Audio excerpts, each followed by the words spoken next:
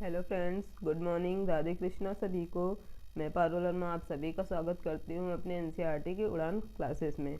और कल हमने टॉपिक क्लियर किया था और आज हम उसी के कुछ क्वेश्चन आंसर देखेंगे। चलिए स्टार्ट करते हैं। तो सबसे पहले क्वेश्चन है, शुद्ध पदार्थ कौन से होते हैं। फर्स्ट क्वेश्चन जो है वो है, शुद्ध पदार्थ शुद्ध शुद्ध पदार्थ कौन होते हैं। शुद्ध पदार्थ कौन होते हैं, तो ये हमने क्लियर किया था कल टॉपिक में कि शुद्ध पदार्थ कौन कौन से होते हैं। तो शुद्ध पदार्थ वो होते हैं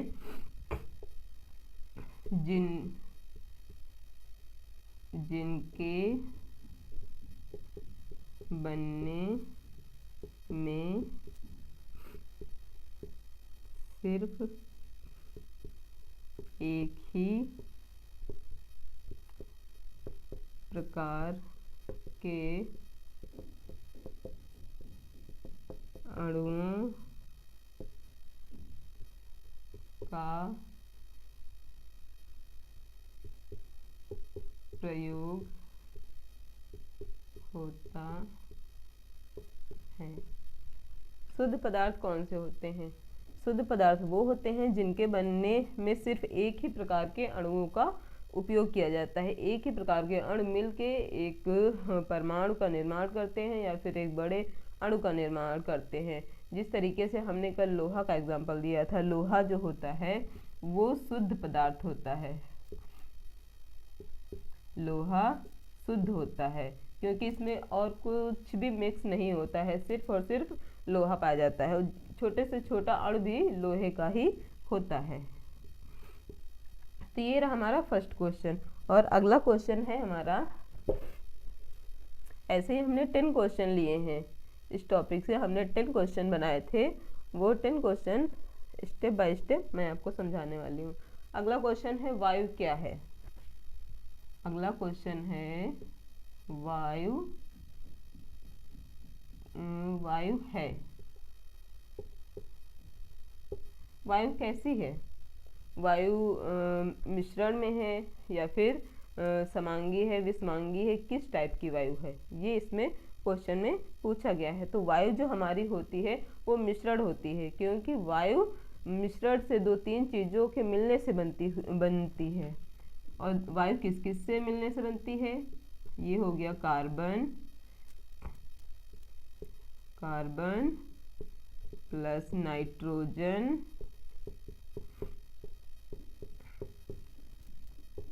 प्लस कार्बन डाई ऑक्साइड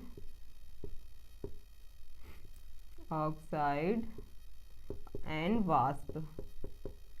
ये जो चीज़ें हैं ये मिलके वायु को बनाती हैं, इसलिए वायु मिश्रण कहलाती है। अगला क्वेश्चन है, दूध बालू और लोहे के मिश्रण को पृथक किया जा सकता है। अगला क्वेश्चन दिया हुआ है कि बालू और लोहे, मान लीजिए हमने बालू लिया, बालू हो गया प्लस हमने लोहा लिया। तो अगर इसको हम पृथक करना चाहें, अलग अलग करना चाहें, तो हम किस विधि के द्वारा करेंगे। हमने कल पृथक्करण की विधियाँ पढ़ी थी। तो ये जो बालू और लोहे का जो एक मिक्सचर है ये हम किस विधि द्वारा करेंगे। आपको याद होगा तो कल मैंने बताया था चुंबकीय विधि द्वारा। चुंबकीय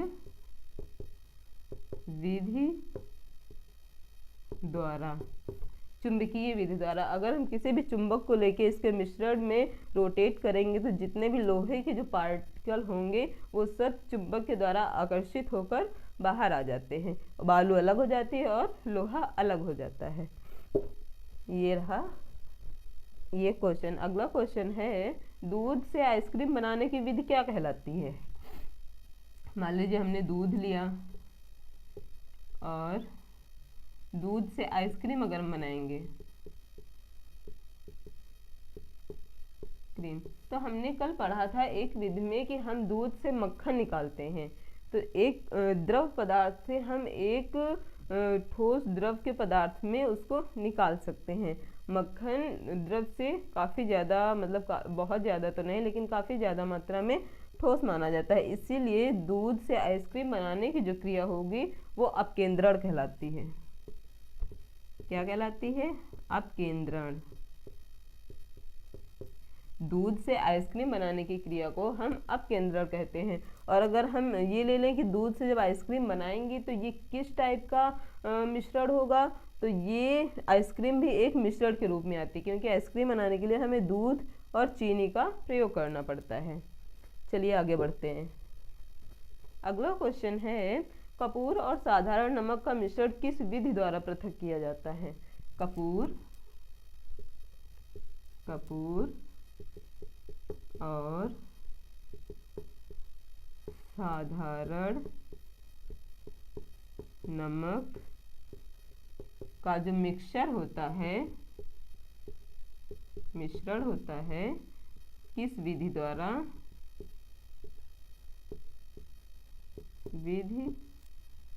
द्वारा अलग किया जा सकता है? किस विधि द्वारा, इन दोनों को किस विधि द्वारा डिवाइड किया जा सकता है? तो इसको हम ऊर्ध्वपतन जो विधि होती है उसके द्वारा डिवाइड कर सकते हैं। ऊर्ध्वपतन विधि से हम कैसे डिवाइड कर सकते हैं, आइए देखते हैं। मान लीजिए हमने कपूर लिया और साधारण नमक लिया, दोनों को मिक्सचर कर लिया, घोल लिया, और इसको हम फिर हल्के आंच में पकाने के लिए या फिर इसको हल्के आंच में रख देंगे। जब इन दोनों का मिश्रण जो मिलेगा तो कपूर और साधारण नमक, कपूर और वाटर जो होगा वो वाष्पित हो जाएगा और जो वहाँ पे बचेगा तो वो सिर्फ नमक बचेगा। इस विधि से हम कपूर और साधारण नमक को अलग कर सकते हैं। ओके, अगला क्वेश्चन हमने लिया है, अगला क्वेश्चन है हमारा, नमक और पानी के मिश्रण को नमक किस विधि द्वारा अलग किया जा सकता है? नमक और पानी का जो मिश्रण होता है उसे हम किस विधि द्वारा, जिस तरीके से हम ऊर्ध्वपतन की विधि के द्वारा इसको अलग किया था और उसी प्रकार हम नमक और पानी को भी अलग कर सकते हैं, लेकिन इसकी थोड़ी सी जो विधि है, इसका विधि का नाम अलग है, वो होती है वाष्पन विधि। वो होती है वाष्पन विधि। पानी और नमक को हम घोल लेंगे, उसके बाद धीमी आंच में चढ़ाएंगे तो जितना भी पानी होगा वो उड़ जाएगा, वाष्पित हो जाएगा, और जो बचेगा वो सिर्फ और सिर्फ नमक होगा, इसलिए इसे वाष्पन विधि कहते हैं। अगला क्वेश्चन लेते हैं। अगला क्वेश्चन है कि आसवन विधि द्वारा कौन कौन से अणु शुद्ध प्राप्त कर सकते हैं? मतलब आसवन जो विधि है उससे हम कौन कौन से अणु जो होते हैं वो शुद्ध रूप में प्राप्त कर सकते हैं। आपको याद होगा तो मैंने कल बताया था कि आसवन विधि होती क्या है, द्रव से वाष्प में और वाष्प से द्रव में बदलने की क्रिया आसवन विधि कहलाती है। ये देखिए, जैसे ये हमने कोई द्रव लिया, उसको हमने वाष्पित किया, वाष्पन विधि के द्वारा वो वाष्प में बदल गया, और फिर से हम वाष्प को द्रव में बदलेंगे, वो होता है संघनन। द्रव से वाष्प में और वाष्प से द्रव में बदलने की क्रिया जो होती है वो होती है आसवन विधि, और इसी से हम जो है वो शुद्ध चीज़ें प्राप्त कर सकते हैं। द्रव को अगर हम शुद्ध करेंगे वाष्पन द्वारा तो हमें शुद्ध वाष्प प्राप्त हो जाएगी, और वाष्प को संघनन द्वारा शुद्ध करेंगे तो हमें शुद्ध द्रव प्राप्त हो जाएगा। ओके, अगला क्वेश्चन देखते हैं क्या है। अगला क्वेश्चन है कि चावल के कणों को किस विधि द्वारा पृथक किया जा सकता है? मान लीजिए ये एक थाली है, इसमें खूब सारे चावल हैं, खूब सारे चावल हैं। अब चावल को हम ऐसे ही रख देंगे या फिर पकाने के लिए ऐसे रख देंगे तो इसमें जो अशुद्धियाँ होंगी वो भी उसके साथ मिली रहेंगी। तो चावल एक मोटा पदार्थ है जिसे अगर थोड़ी मात्रा में हम लोग लें तो उसमें जो अशुद्धियाँ हैं उनको हम निकाल सकते हैं, और किस विधि के द्वारा निकाल सकते हैं? उस विधि को कहते हैं बीनना। थोड़े से चावल लेके हम थाली में जब पकाते हैं तो उनको बीनते हैं, तो वो बीनने से जो कंकड़ पत्थर होते हैं उनकी अशुद्धियों को निकाल देते हैं, और ये विधि बीनना कहलाती है। अगला क्वेश्चन है, समुद्र में नमक प्राप्त करने की विधि को क्या कहते हैं? समुद्र में जब नमक हम प्राप्त करते हैं, जैसे समुद्र में नमक बनाया जाता है, समुद्र से नमक, समुद्र से जब नमक बनाते हैं तो ये कौन सी क्रिया कहलाती है? तो ये क्रिया कहलाती है क्रिस्टलीकरण। क्रिस्टलीकरण, क्रिस्टलीकरण क्या होता है? किसी भी द्रव से किसी भी ठोस पदार्थ को प्राप्त करना क्रिस्टलीकरण हो गया।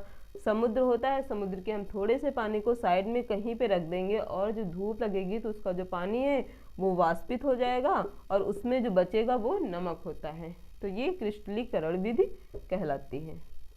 अगला क्वेश्चन है, चीनी के शरबत में लकड़ी के कुछ छोटे टुकड़े मिला दिए जाएं तो उसे कैसे साफ किया जा सकता है? एक मान लीजिए ये हमने लिया ग्लास, ये हमारा है ग्लास, ये क्या बन रहा है समझ में नहीं आ रहा है, ठीक है, दाएं हाथ से मेरी आर्ट नहीं बनती है फिलहाल, बाएं हाथ से बनती है। तो ये हो गया ग्लास और यहाँ पे ये है पानी। पानी क्या मतलब? चीनी का घोल है, मान लीजिए शरबत है। अगर हम लकड़ी की जगह इसमें नींबू डालें, लकड़ी की जगह अगर इसमें हम नींबू डालें तो नींबू के जो बीज होते हैं और नींबू के जो छोटे छोटे रेशे होते हैं वो इसमें मिक्स हो जाते हैं। तो अगर हम इसको अलग करना चाहेंगे या पृथक करना चाहेंगे तो किस विधि से पृथक करेंगे? तो वो विधि होगी छानना।